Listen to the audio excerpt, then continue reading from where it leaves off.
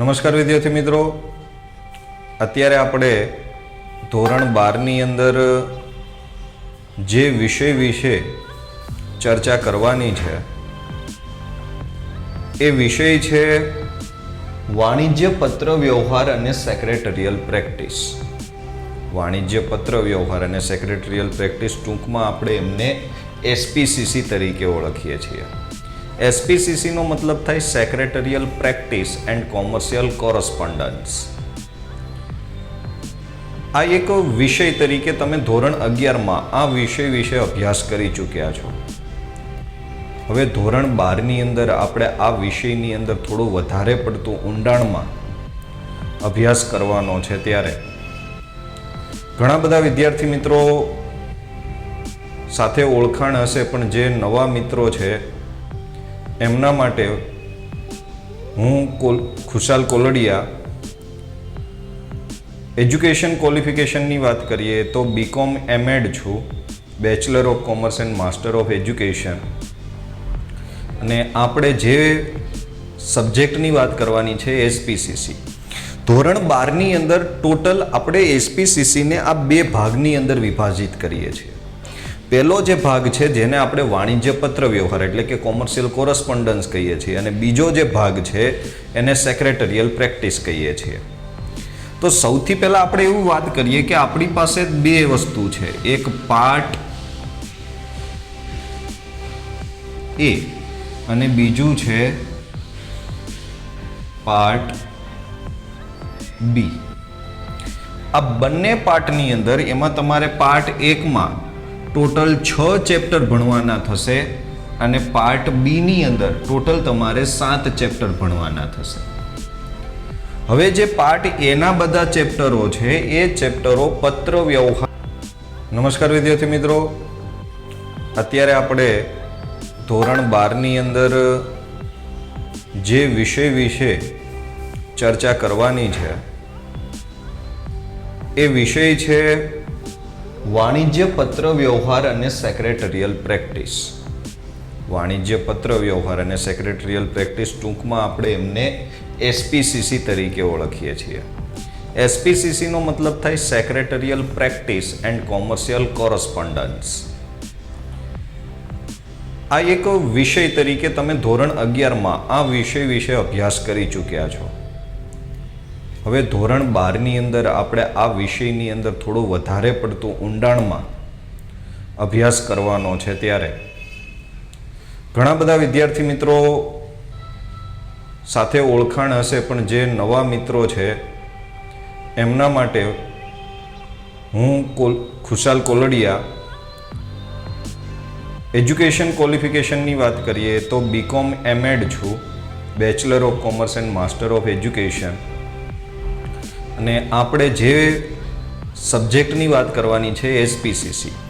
ધોરણ 12ની અંદર ટોટલ આપણે એસપીસીસીને આ બે ભાગની અંદર વિભાજિત કરીએ છીએ. પહેલો જે ભાગ છે જેને આપણે વાણિજ્ય પત્ર વ્યવહાર એટલે કે કોમર્શિયલ કોરસ્પોન્ડન્સ કહીએ છીએ, અને બીજો જે ભાગ છે એને સેક્રેટરીયલ પ્રેક્ટિસ કહીએ છીએ. તો સૌથી પહેલાં આપણે એવું વાત કરીએ કે આપણી પાસે બે વસ્તુ છે, એક પાર્ટ એ અને બીજું છે પાર્ટ બી. આ બંને પાર્ટની અંદર એમાં તમારે પાર્ટ 1માં ટોટલ 6 ચેપ્ટર ભણવાના થશે અને પાર્ટ બીની અંદર ટોટલ તમારે 7 ચેપ્ટર ભણવાના થશે. હવે જે પાર્ટ એના બધા ચેપ્ટરો છે એ ચેપ્ટરો પત્ર વ્યવહારને લગતા ચેપ્ટરો છે. ધોરણ 11ની અંદર તમે પત્ર લખતી વખતે કઈ કઈ બાબતોને ધ્યાનમાં રાખવી, નાના બધા વિશે તમે જે અભ્યાસ કર્યો છે એનો ખરેખર હવે વ્યવહારમાં ઉપયોગમાં લેવાનો સમય આવી ગયો છે. તો પત્રો કઈ રીતે લખાય એના વિશે આપણે જાણીએ છીએ, પણ ત્યારે જે પત્ર આપણે લખતા હતા ધોરણ 11ની અંદર એ ઓર્ડર આપવાના કે પછી ઇન્ક્વાયરી પૂછપરછના પત્રો હતા, ઓર્ડર રદ કરતા પત્રો હતા. આવા બધા નોર્મલી ઓકેશનલી પત્રો આપણે યુઝ કરતા હતા. પણ ધોરણ 12ની અંદર આપણે જે ભણવાનું થશે કે બેંક સાથેનો પત્ર વ્યવહાર કેવો હોય, કારણ કે આપણે ધંધાકીય એકમ ચલાવીએ છીએ તો આપણી બેંક સાથે વારંવાર ટ્રાન્ઝેક્શન્સ થવાના છે. ઘણી વખત આપણે સ્ટોપ પેમેન્ટ કરાવવું પડે, ઘણી વખત આપણો ચેક ખોવાઈ ગયો હોય તો એ ચેકને કેન્સલ અથવા તો સ્ટોપ પેમેન્ટ કરાવવું પડે, નવી ચેકબુક માટેની એપ્લિકેશન આપવી પડે, આપણું ડેબિટ કાર્ડ કે ક્રેડિટ કાર્ડ ક્યાંક મિસપ્લેસ થઈ ગયું હોય, કોઈ જગ્યાએ ખોવાઈ ગયું હોય તો આપણે એને બંધ કરાવવું પડે વગેરે ઘણા બધા એવા કાર્યો છે કે જે બેંક સાથે પત્ર વ્યવહારથી થાય છે. તો બેંક સાથેનો પત્ર વ્યવહાર કેવો હોય? પછી આપણે સરકારી વિભાગો, જો બેંક સાથે તો એક સમયે તમે એપ્લિકેશન દ્વારા કે ઓનલાઈન પણ આ બધી જ સુવિધાઓનો લાભ લઈ શકો છો, પણ જે ગવર્મેન્ટ ઓફિસો છે, સરકારી વિભાગો છે, જાહેર ઉપયોગી સેવાઓ છે કે કોઈ બીજી સ્થાનિક સંસ્થાઓ છે જેમ કે મ્યુનિસિપાલિટી છે કે ગ્રામ પંચાયત છે, કોઈ પણ, આ બધાની સાથે આપણે હંમેશા રિટન ફોર્મમાં માહિતીની આપ-લે કરવી પડે, લેખિત સ્વરૂપમાં. કેમ તો કે એની પાસે લેખિત સ્વરૂપમાં જો આપણે માહિતી સંચાર કરશું તો એનાથી આપણી પાસે અને એ લોકો પાસે એક પ્રૂફ રહે છે. તો સરકારી કચેરીઓ સાથે કે સ્થાનિક સંસ્થાઓ સાથે કે જાહેર કોઈ ઓફિસોની સાથે આપણે કઈ રીતે પત્ર વ્યવહાર કરવો, એમાં આપણે જે નોર્મલી એક મિત્રતાના ભાવે જે પત્ર વ્યવહારો કરતા હોઈએ એવા પત્ર વ્યવહારો ત્યાં ન ચાલે. આદરણીય સાહેબ શ્રી, તમે મજામાં હશો, હું અહીંયા મજામાં છું, તમારે ત્યાં વરસાદ હશે, અમારે ત્યાં બહુ સારો વરસાદ છે, તમારે ત્યાં કોરોનાના કેસ બહુ વધી રહ્યા છે, જાણીને દુઃખ થયું, આવું એમાં ન આવે. આ કોઈ પર્સનલ પત્ર વ્યવહાર નથી, આ એક પ્રોફેશનલ છે. તો એક પ્રોફેશનલ મેથડથી આ પત્રો લખાવા જોઈએ અને એ પ્રોફેશનલ મેથડથી પત્રો કેવી રીતે લખવા એ આપણે ધોરણ 12ના સેકન્ડ ચેપ્ટરની અંદર વાત કરવાના છીએ. ત્યાર પછી આંતરવિભાગીય અને કર્મચારી વિષયક પત્ર વ્યવહાર, કે આપણું એકમનું કદ બહુ મોટું છે. હવે બહુ મોટું કદ હોય તો એમાં એક વિભાગમાંથી બીજા વિભાગમાં, બીજા વિભાગમાંથી ત્રીજા વિભાગમાં, આ બધાની વચ્ચે એક સંકલનની જરૂર પડે અને આ સંકલન સાધવા માટે સૌથી પહેલો પત્ર વ્યવહાર છે. કોઈ નવો કર્મચારી આવ્યો અને સીધો સેલ્સ મેનેજર પાસે જઈને કહે છે કે મને વેચાણ વિભાગની અંદર નોકરીએ રાખ્યો છે, તો એની પાસે સાબિતી શું? તો ત્યારે એ મેનેજર એમની પાસેથી અપોઇન્ટમેન્ટ લેટર માંગશે કે તમારી અહીંયાનો નિમણૂક પત્ર લાવો એટલે મને ખબર પડે. તો આવા જે બધા છે એને આપણે આંતરવિભાગીય પત્રો કહીએ છીએ. બીજું કે આપણા કર્મચારીઓ સાથે ઘણી વખત કર્મચારીઓને નોટિસ પણ આપવી પડે, ઘણી વખત આપણે કર્મચારીઓને એને થયેલા પ્રમોશન વિશે વાત કરીએ છીએ તો એનો લેટર આપણે મોકલાવીએ છીએ. ઘણી વખત કોઈ કર્મચારીને એકમમાંથી છૂટા કરવાના હોય, સસ્પેન્ડ કરવાના હોય તો એનો લેટર ટાઈપ કરવો પડે. તો આવા બધા પત્રો કઈ રીતે લખવા એ આપણે ચેપ્ટર નંબર 3ની અંદર ચર્ચા કરશું. ત્યાર પછી વીમા અંગેના પત્રો વિશે વાત કરવાની છે કે ઇન્સ્યોરન્સ કંપની, ઇન્સ્યોરન્સ એ અત્યારની જીવન જરૂરિયાતની સૌથી મુખ્ય વસ્તુ બની ગઈ છે અને એમાંય ખાસ કરીને હેલ્થ ઇન્સ્યોરન્સ. આપણે જાણીએ છીએ કે એક સામાન્ય દવાખાનું પણ જો આપણા ઘરની અંદર હોય તો કેટલો ખર્ચ એ મેડિકલની માટે થઈ જાય છે. તો એ હેલ્થ ઇન્સ્યોરન્સ કે લાઈફ ઇન્સ્યોરન્સ કે કોઈ પણ બીજા ઇન્સ્યોરન્સ, ધોરણ 11ના વાણિજ્ય વ્યવસ્થાની અંદર તમે આ બધી વીમાની સેવાઓ વિશે ભણી ગયા છો, વીમાના પ્રકારો ત્યાં ભણી ગયા છો. તો એ વીમા કંપની સાથેનો આપણો પત્ર વ્યવહાર કેવો હોય? આપણે એની ઇન્ક્વાયરી કરતા હોઈએ કે ભાઈ તમારું પ્રીમિયમ કેટલું છે, કેટલાનો પ્લાન છે, અથવા તો આપણી પોલિસીને સરેન્ડર કરવી હોય. પોલિસી સરેન્ડર કરવી એટલે પોલિસીની મુદત પૂરી થઈ જાય પછી એને આપણે રિન્યૂ કરવાના બદલે એ પોલિસી આપણે જમા કરાવી દઈએ કે નવી પોલિસી લેવી છે, અથવા તો એની અંદર આપણા વારસદારનું કોઈ નામ એડ કરવું છે કે કોઈનું વારસદારનું નામ કમી કરવું છે. આવા બધા જે પત્રો છે એ પત્રો આપણે વીમાની અંદર ભણશું. અને ત્યાર પછી અત્યારની જે લેટેસ્ટ ટેકનોલોજી આધારિત, જે ખરેખર જોવા જઈએ ને તો અત્યારે વ્યવહારમાં આ સુવિધાઓનો ઉપયોગ થાય છે અને એ છે ઈ કમ્યુનિકેશન. ઈ કહેતા ઇલેક્ટ્રોનિક કમ્યુનિકેશન, વીજાણુ માહિતી સંચાર, કે જેની અંદર કોઈ ભૌતિક વસ્તુ તરીકે કાગળનો ઉપયોગ ન કરતા લેપટોપ કે મોબાઈલ દ્વારા ઇન્ટરનેટના માધ્યમથી કે કોઈ પણ નેટવર્કના માધ્યમથી એક સંદેશો બીજી જગ્યાએ જ્યારે આપણે પહોંચાડીએ છીએ ત્યારે આપણે એને ઈ કમ્યુનિકેશન કહીએ છીએ. તો આ ઈ કમ્યુનિકેશન એ કેવી રીતે કરવું, ખાસ કરીને એની અંદરનો સૌથી ઉપયોગી એવો ટૂલ એટલે ઈમેલ, ઇલેક્ટ્રોનિક મેલ, વીજાણુ ટપાલ. આ ઈમેલ કેવી રીતે લખવો, એ ઈમેલ એડ્રેસ આપણી પાસે છે પણ કોઈ દિવસ પ્રોફેશનલી ઈમેલ ટાઈપ નથી કર્યો. તો એ પ્રોફેશનલી ઈમેલ કઈ રીતે ટાઈપ કરવો, એમાં કઈ કઈ બાબતોનું ધ્યાન રાખવું, એના બધા જ નાના નાના અંગો કયા કયા હોય, આ બધાની વિશે આપણે વાત કરવાની છે એમના 5મા ચેપ્ટરમાં. ભાગ 1નું 5મું ચેપ્ટર, પછી ભાગ એનું છેલ્લું અને 6ઠું ચેપ્ટર. કેમ કે આપણે કીધું હતું જો પાર્ટ એમાં ટોટલ 6 ચેપ્ટરો ભણવાના છે. તો એ છે રજૂઆત અને પ્રેઝન્ટેશનના કૌશલ્ય. રજૂઆત એટલે કોઈ પણ જગ્યાએ જઈએ અત્યારે હું જે બોલું છું ને એ મેં તમારી સામે કરેલી રજૂઆત કહેવાય. મારા મનમાં જે ચાલે છે, હું જે વિચારું છું એ તમારા સુધી જે પહોંચાડું છું એને રજૂઆત કહેવાય. તો રજૂઆત કેવી રીતે કરવી, પ્રેઝન્ટેશન. કદાચ તમે પાવર પોઈન્ટનું નામ સાંભળ્યું છે, માઇક્રોસોફ્ટ પાવર પોઈન્ટ. આ એક એવું સોફ્ટવેર છે કે જેની અંદર તમે અલગ અલગ સ્લાઇડ્સ બનાવો છો અને એ બધી સ્લાઇડો બનાવ્યા પછી તમે એને પ્રેઝન્ટ કરો છો. ખાસ તો આનો ઉપયોગ એટલા માટે થાય કે તમે કોઈ મલ્ટીનેશનલ કંપનીની અંદર એક પ્રોજેક્ટ મેનેજર તરીકે જોડાણા તો તમારે તમારો પ્રોજેક્ટ એમના જે મોટા અધિકારીઓ, ઉચ્ચ અધિકારીઓ છે એની સામે રજૂ કરવો પડશે. અને આ રજૂઆત માત્ર ને માત્ર પાવર પોઈન્ટ પ્રેઝન્ટેશન દ્વારા જ વ્યવસ્થિત રીતે થઈ શકે. તો આપણે એ પણ જાણવું પડે, એ પણ સમજવું પડે કે પાવર પોઈન્ટનું પ્રેઝન્ટેશન કઈ રીતે બનાવવું, એની સ્લાઇડો કઈ કઈ રીતે બનાવવી. તો એ કમ્પ્યુટર સાથે જોડાયેલું આ ચેપ્ટર છે. તો એની અંદર આપણે એ અત્યારનું જે લેટેસ્ટ પાવર પોઈન્ટ પ્રેઝન્ટેશન છે એમના વિશે વાત કરશું. ત્યાર પછી વાત કરીએ છીએ પાર્ટ બી. પાર્ટ બીમાં ટોટલી સેક્રેટરિયલ પ્રેક્ટિસ ઉપર આપણે ફોકસ કરવાનું છે. સેક્રેટરી અથવા તો એને આપણે એક મદદનીશના અર્થમાં પણ જોઈ શકીએ. કહી ન શકીએ મદદનીશ, પણ મદદનીશના અર્થમાં જોઈ શકીએ. તો એ સેક્રેટરીના જે કામો છે એ કામો વિશે ધોરણ 11ની અંદર આપણે વાત કરી ગયા કે સેક્રેટરીએ શું શું કામ કરવાના હોય, એની શું ફરજો હોય, એમની શું લાયકાત હોવી જોઈએ. આ બધું ધોરણ 11ના એસપીની અંદર આપણે વાત કરી ગયા. અહીંયા જે વાત કરવાનું છે એ એને એક કંપનીના સેક્રેટરી તરીકે અમુક એવી બાબતો કે જે અત્યાર સુધી આપણને પણ જાણકારી નથી, તો એ સેક્રેટરીએ શું કરવાનું એવી બાબતો વિશે વાત કરીએ. તો ચેપ્ટર નંબર 1 શેર બહાર પાડવા. હવે શેર કેવી રીતે બહાર પાડવા, શેર બહાર પાડવાની પ્રોસેસ શું, કઈ રીતે એ લોકો સુધી શેરને પહોંચાડવા, કઈ રીતે લોકો પાસેથી પૈસા છે એ કંપની સુધી લઈ આવવા, આ બધી આખી પ્રોસેસ એ આપણે પહેલા ચેપ્ટરની અંદર ભણશું, શેર બહાર પાડવા. ત્યાર પછી છે શેર ફેરબદલી અને શેરનું કાયદાકીય હસ્તાંતરણ.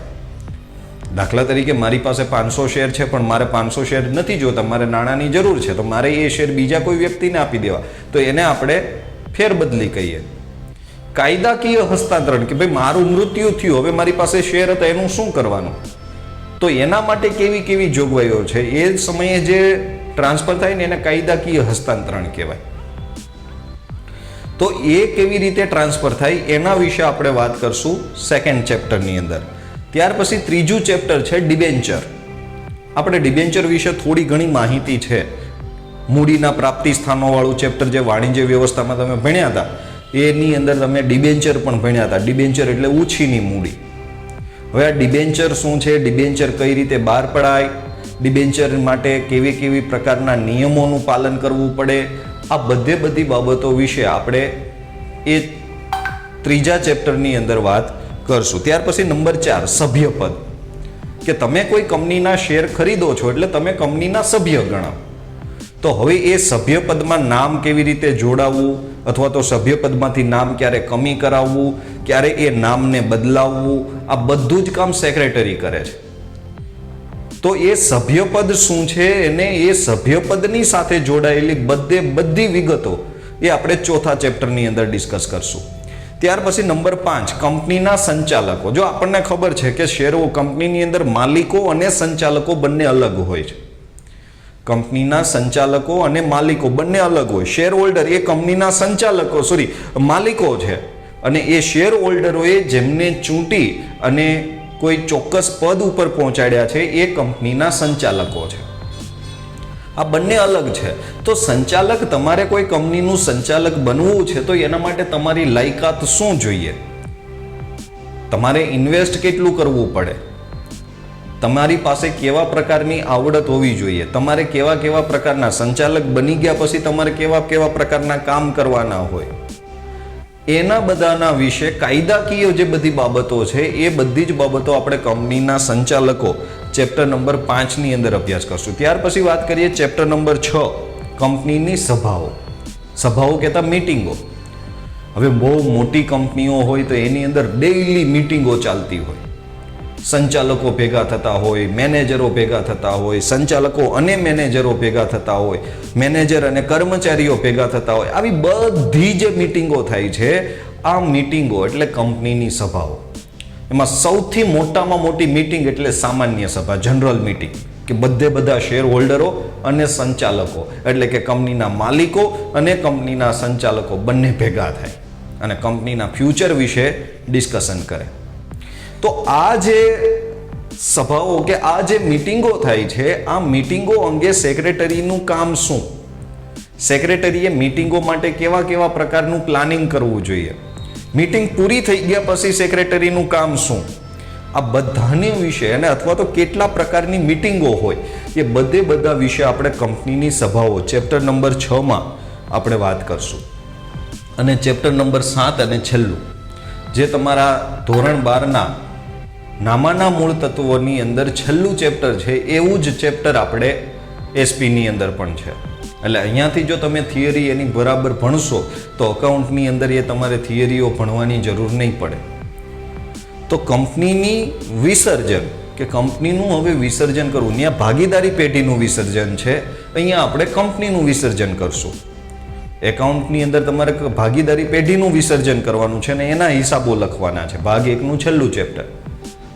અહીંયા આપણે કંપનીનું વિસર્જન, કંપનીને બંધ કેવી રીતે કરવી, જ્યારે બંધ કરવાની થાય ત્યારે સેક્રેટરીએ શું કરવાનું, ત્યારે સંચાલકોએ શું કરવાનું, ત્યારે શેર હોલ્ડરોને નાણાં કેવી રીતે મળે, રજિસ્ટ્રાર પાસે કઈ રીતે નોંધણી કરાવવી કે ભાઈ અમારી કંપની હવે ઉઠી ગઈ અથવા તો બંધ થઈ ગઈ છે. આ બધી જ બાબતો આપણે ચેપ્ટર નંબર 7 માં અભ્યાસ કરશું. અને હવે સૌથી અગત્યની વાત કે બોર્ડની અંદર આ એક એવો વિષય છે કે જેની અંદરથી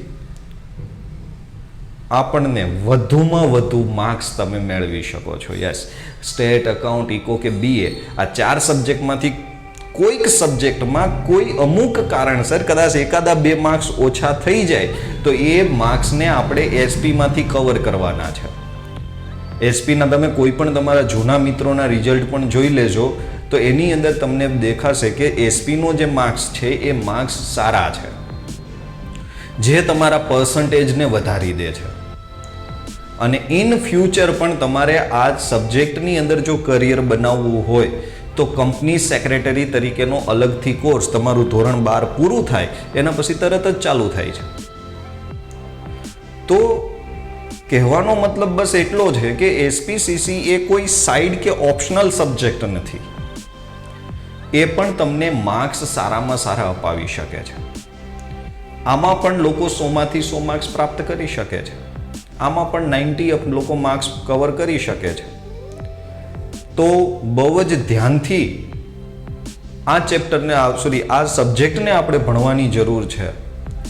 ખાસ તો એની અંદર જે અમુક શબ્દો છે એ શબ્દોને સમજી લો ને એટલે આ વિષય સહેલો છે. આ વિષય અઘરો લાગે છે. શું કામ? કારણ કે એ શબ્દોની સમજ આપણને નથી. જ્યારે કોઈ સબ્જેક્ટની અંદર કોઈ શબ્દોની આપણને સમજ ન હોય ત્યારે આપણને એ સબ્જેક્ટ ભણવો ગમતો નથી. અહીંયા આપણે એના પારિભાષિક દરેક શબ્દોના અર્થ સાથે આપણે સમજૂતી આપશું.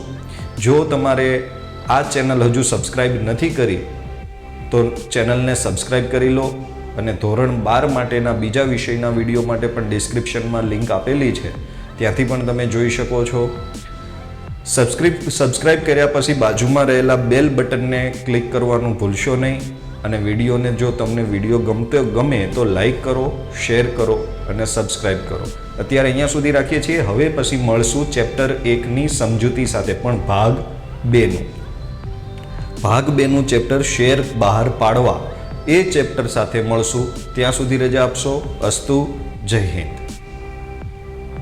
ને લગતા ચેપ્ટરો છે.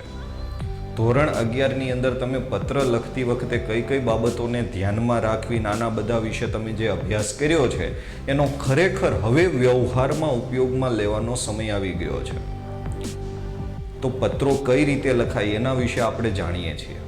પણ ત્યારે જે પત્ર આપણે લખતા હતા ધોરણ 11 ની અંદર, એ ઓર્ડર આપવાના કે પછી ઇન્ક્વાયરી પૂછપરછના પત્રો હતા, ઓર્ડર રદ કરતા પત્રો હતા, આવા બધા નોર્મલી ઓકેશનલી પત્રો આપણે યુઝ કરતા હતા. પણ ધોરણ 12 ની અંદર આપણે જે ભણવાનું થશે કે બેંક સાથેનો પત્ર વ્યવહાર કેવો હોય. કારણ કે આપણે ધંધાકીય એકમ ચલાવીએ છીએ તો આપણી બેંક સાથે વારંવાર ટ્રાન્ઝેક્શન્સ થવાના છે. ઘણી વખત આપણે સ્ટોપ પેમેન્ટ કરાવવું પડે, ઘણી વખત આપણો ચેક ખોવાઈ ગયો હોય તો એ ચેકને કેન્સલ અથવા તો સ્ટોપ પેમેન્ટ કરાવવું પડે, નવી ચેકબુક માટેની એપ્લિકેશન આપવી પડે, આપણું ડેબિટ કાર્ડ કે ક્રેડિટ કાર્ડ ક્યાંક મિસપ્લેસ થઈ ગયું હોય, કોઈ જગ્યાએ ખોવાઈ ગયું હોય તો આપણે એને બંધ કરાવવું પડે, વગેરે ઘણા બધા એવા કાર્યો છે કે જે બેંક સાથે પત્ર વ્યવહારથી થાય છે. તો બેંક સાથેનો પત્ર વ્યવહાર કેવો હોય.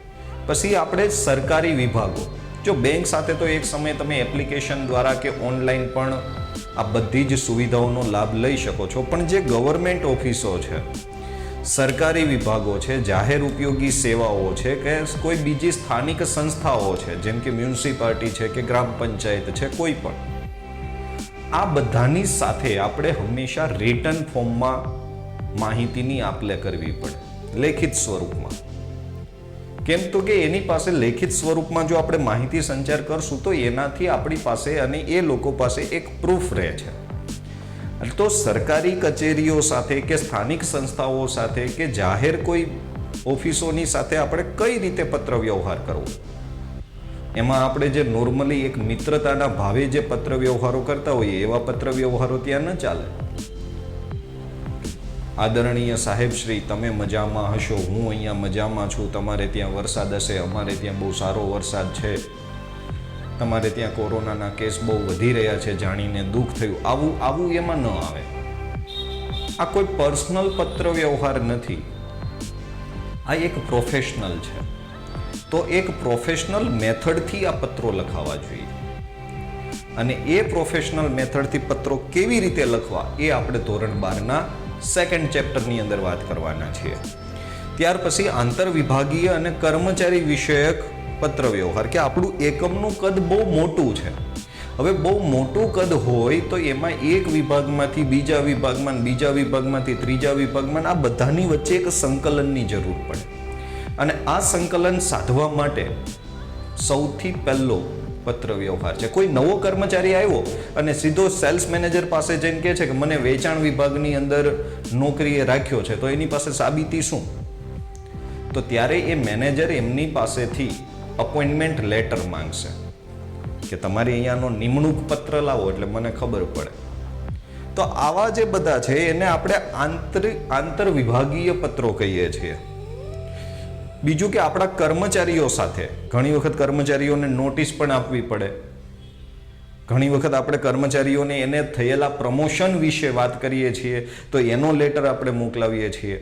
ઘણી વખત કોઈ કર્મચારીને એકમમાંથી છૂટા કરવાના હોય, સસ્પેન્ડ કરવાના હોય તો એનો લેટર ટાઈપ કરવો પડે. તો આવા બધા પત્રો કઈ રીતે લખવા એ આપણે ચેપ્ટર નંબર 3ની અંદર ચર્ચા કરશું.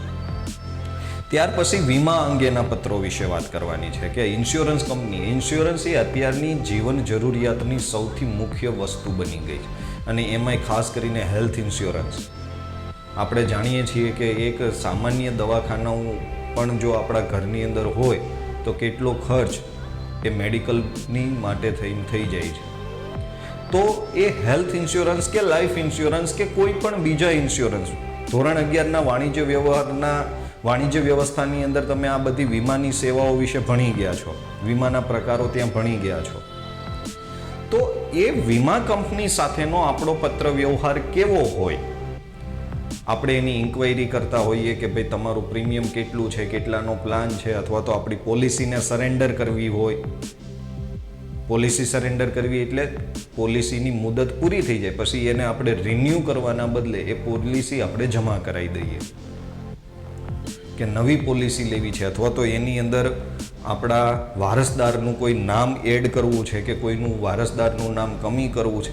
આવા બધા જે પત્રો છે એ પત્રો આપણે વીમાની અંદર ભણશું. અને ત્યાર પછી અત્યારની જે લેટેસ્ટ ટેકનોલોજી આધારિત જે ખરેખર જોવા જઈએ ને તો અત્યારે વ્યવહારમાં આ સુવિધાઓનો ઉપયોગ થાય છે અને એ છે ઈ કમ્યુનિકેશન. ઈ કહેતા ઇલેક્ટ્રોનિક કમ્યુનિકેશન, વીજાણુ માહિતી સંચાર, કે જેની અંદર કોઈ ભૌતિક વસ્તુ તરીકે કાગળનો ઉપયોગ ન કરતા લેપટોપ કે મોબાઈલ દ્વારા ઇન્ટરનેટના માધ્યમથી કે કોઈ પણ નેટવર્કના માધ્યમથી એક સંદેશો બીજી જગ્યાએ જ્યારે આપણે પહોંચાડીએ છીએ ત્યારે આપણે એને ઈ કમ્યુનિકેશન કહીએ છીએ. તો આ ઈ કમ્યુનિકેશન એ કેવી રીતે કરવું, ખાસ કરીને એની અંદરનો સૌથી ઉપયોગી એવો ટૂલ એટલે ઈમેલ, ઇલેક્ટ્રોનિક મેલ, વીજાણુ ટપાલ. આ ઈમેલ કેવી રીતે લખવો, એ ઈમેલ એડ્રેસ આપણી પાસે છે પણ કોઈ દિવસ પ્રોફેશનલી ઈમેલ ટાઈપ નથી કર્યો.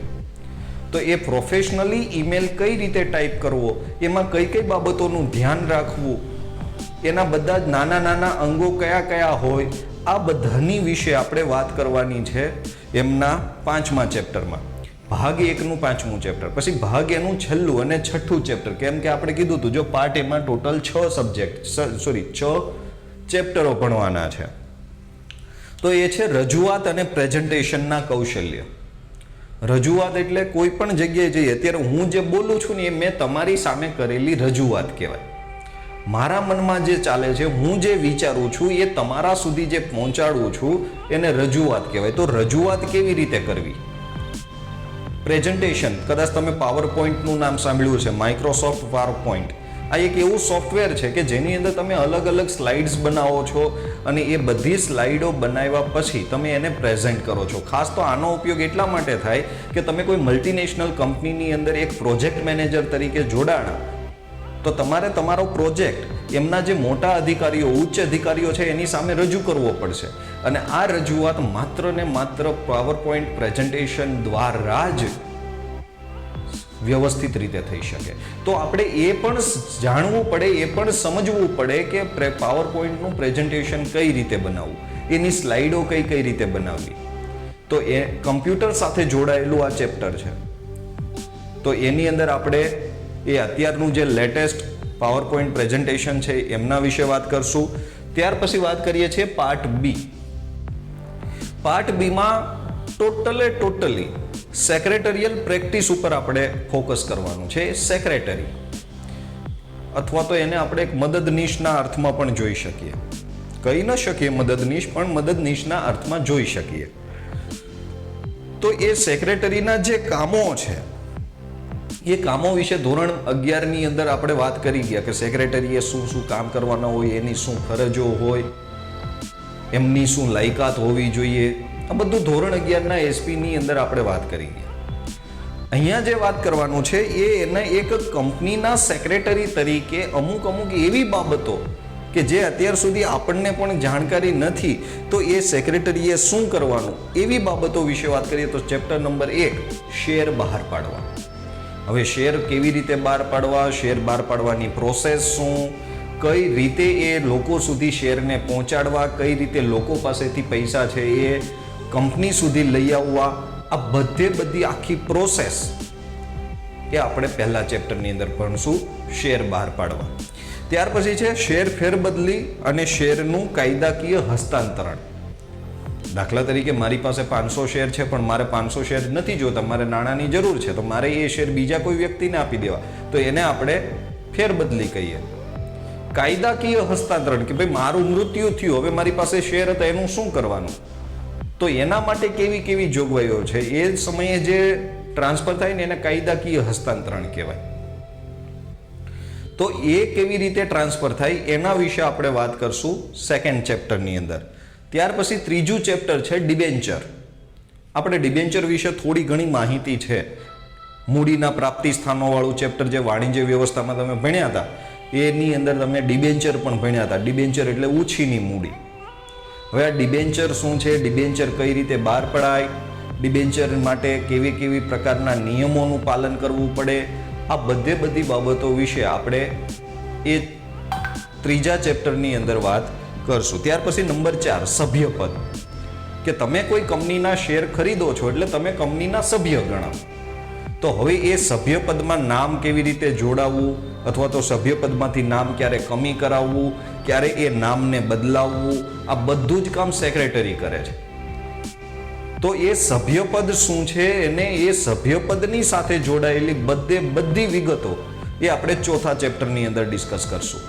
ત્યાર પછી નંબર 5 કંપનીના સંચાલકો. જો આપણને ખબર છે કે શેરો કંપનીની અંદર માલિકો અને સંચાલકો બંને અલગ હોય છે. કંપનીના સંચાલકો અને માલિકો બંને અલગ હોય. શેર હોલ્ડર એ કંપનીના સંચાલકો માલિકો છે, અને એ શેર હોલ્ડરોએ જેમને ચૂંટી અને કોઈ ચોક્કસ પદ ઉપર પહોંચાડ્યા છે એ કંપનીના સંચાલકો છે. આ બંને અલગ છે. તો સંચાલક, તમારે કોઈ કંપનીનું સંચાલક બનવું છે તો એના માટે તમારી લાયકાત શું જોઈએ, તમારે ઇન્વેસ્ટ કેટલું કરવું પડે, તમારી પાસે કેવા પ્રકારની આવડત હોવી જોઈએ, તમારે કેવા પ્રકારના સંચાલક બની ગયા પછી તમારે કેવા પ્રકારના કામ કરવાના હોય, એના બધાના વિશે કાયદાકીય જે બધી બાબતો છે એ બધી જ બાબતો આપણે કંપનીના સંચાલકો ચેપ્ટર નંબર 5 ની અંદર અભ્યાસ કરશું. ત્યાર પછી વાત કરીએ ચેપ્ટર નંબર 6 કંપનીની સભાઓ. સભાઓ કહેતા મીટિંગો. હવે બહુ મોટી કંપનીઓ હોય તો એની અંદર ડેઈલી મીટિંગો ચાલતી હોય. સંચાલકો ભેગા થતા હોય, મેનેજરો ભેગા થતા હોય, સંચાલકો અને મેનેજરો ભેગા થતા હોય, મેનેજર અને કર્મચારીઓ ભેગા થતા હોય. આવી બધી જે મીટિંગો થાય છે, આ મીટિંગો એટલે કંપનીની સભાઓ. એમાં સૌથી મોટામાં મોટી મીટિંગ એટલે સામાન્ય સભા, જનરલ મીટિંગ, કે બધા શેર હોલ્ડરો અને સંચાલકો એટલે કે કંપનીના માલિકો અને કંપનીના સંચાલકો બંને ભેગા થાય અને કંપનીના ફ્યુચર વિશે ડિસ્કશન કરે. તો આ જે સભાઓ કે આ જે મીટિંગો થાય છે, આ મીટિંગો અંગે સેક્રેટરીનું કામ શું, સેક્રેટરીએ મીટિંગો માટે કેવા પ્રકારનું પ્લાનિંગ કરવું જોઈએ, મીટિંગ પૂરી થઈ ગયા પછી સેક્રેટરીનું કામ શું, આ બધાને વિશે અને અથવા તો કેટલા પ્રકારની મીટિંગો હોય એ બધા વિશે આપણે કંપનીની સભાઓ ચેપ્ટર નંબર 6 માં આપણે વાત કરશું. અને ચેપ્ટર નંબર 7 અને છેલ્લું જે તમારા ધોરણ 12ના નામાના મૂળ તત્વોની અંદર છેલ્લું ચેપ્ટર છે, એવું જ ચેપ્ટર આપણે એસપીની અંદર પણ છે. એટલે અહીંયાથી જો તમે થિયરી એની બરાબર ભણશો તો અકાઉન્ટની અંદર એ તમારે થિયરીઓ ભણવાની જરૂર નહીં પડે. તો કંપનીની વિસર્જન, કે કંપનીનું હવે વિસર્જન કરવું, ત્યાં ભાગીદારી પેઢીનું વિસર્જન છે, અહીંયા આપણે કંપનીનું વિસર્જન કરશું. એકાઉન્ટની અંદર તમારે ભાગીદારી પેઢીનું વિસર્જન કરવાનું છે અને એના હિસાબો લખવાના છે. ભાગ 1 નું છેલ્લું ચેપ્ટર. અહીંયા આપણે કંપનીનું વિસર્જન, કંપનીને બંધ કેવી રીતે કરવી, જ્યારે બંધ કરવાની થાય ત્યારે સેક્રેટરીએ શું કરવાનું, ત્યારે સંચાલકોએ શું કરવાનું, ત્યારે શેર હોલ્ડરોને નાણાં કેવી રીતે મળે, રજિસ્ટ્રાર પાસે કઈ રીતે નોંધણી કરાવવી કે ભાઈ અમારી કંપની હવે ઉઠી ગઈ અથવા તો બંધ થઈ ગઈ છે. આ બધી જ બાબતો આપણે ચેપ્ટર નંબર 7 માં અભ્યાસ કરશું. અને હવે સૌથી અગત્યની વાત કે બોર્ડની અંદર આ એક એવો વિષય છે કે જેની અંદરથી આપણને વધુમાં વધુ માર્ક્સ તમે મેળવી શકો છો. યસ, સ્ટેટ, અકાઉન્ટ, ઇકો કે બીએ, આ 4 સબ્જેક્ટમાંથી કોઈક સબ્જેક્ટમાં કોઈ અમુક કારણસર કદાચ એકાદા 2 માર્ક્સ ઓછા થઈ જાય તો એ માર્ક્સને આપણે એસપીમાંથી કવર કરવાના છે. એસપીના તમે કોઈ પણ તમારા જૂના મિત્રોના રિઝલ્ટ પણ જોઈ લેજો તો એની અંદર તમને દેખાશે કે એસપીનો જે માર્ક્સ છે એ માર્ક્સ સારા છે, જે તમારા પર્સન્ટેજને વધારી દે છે. અને ઇન ફ્યુચર પણ તમારે આ સબ્જેક્ટની અંદર જો કરિયર બનાવવું હોય તો કંપની સેક્રેટરી તરીકેનો અલગથી કોર્સ તમારું ધોરણ 12 પૂરું થાય એના પછી તરત જ ચાલુ થાય છે. તો કહેવાનો મતલબ બસ એટલો છે કે એસપીસીસી એ કોઈ સાઇડ કે ઓપ્શનલ સબ્જેક્ટ નથી. એ પણ તમને માર્ક્સ સારામાં સારા અપાવી શકે છે. આમાં પણ લોકો 100 માંથી 100 માર્ક્સ પ્રાપ્ત કરી શકે છે. આમાં પણ 90 લોકો માર્ક્સ કવર કરી શકે છે. તો બહુ જ ધ્યાનથી આ ચેપ્ટરને આ સબ્જેક્ટને આપણે ભણવાની જરૂર છે. ખાસ તો એની અંદર જે અમુક શબ્દો છે એ શબ્દોને સમજી લો ને એટલે આ વિષય સહેલો છે. આ વિષય અઘરો લાગે છે. શું કામ? કારણ કે એ શબ્દોની સમજ આપણને નથી. જ્યારે કોઈ સબ્જેક્ટની અંદર કોઈ શબ્દોની આપણને સમજ ન હોય ત્યારે આપણને એ સબ્જેક્ટ ભણવો ગમતો નથી. અહીંયા આપણે એના પારિભાષિક દરેક શબ્દોના અર્થ સાથે આપણે સમજૂતી આપશું. જો તમારે આ ચેનલ હજુ સબસ્ક્રાઇબ નથી કરી તો ચેનલને સબસ્ક્રાઇબ કરી લો અને ધોરણ 12 માટેના બીજા વિષયના વિડીયો માટે પણ ડિસ્ક્રિપ્શનમાં લિંક આપેલી છે, ત્યાંથી પણ તમે જોઈ શકો છો. સબસ્ક્રાઇબ કર્યા પછી બાજુમાં રહેલા બેલ બટનને ક્લિક કરવાનું ભૂલશો નહીં. અને વિડીયોને જો તમને વિડીયો ગમે તો લાઈક કરો, શેર કરો અને સબસ્ક્રાઇબ કરો. અત્યારે અહીંયા સુધી રાખીએ છીએ. હવે પછી મળશું ચેપ્ટર 1ની સમજૂતી સાથે, પણ ભાગ 2નું. ભાગ 2નું ચેપ્ટર શેર બહાર પાડવા એ ચેપ્ટર સાથે મળશું. ત્યાં સુધી રજા આપશો. અસ્તુ. જય હિન્દ.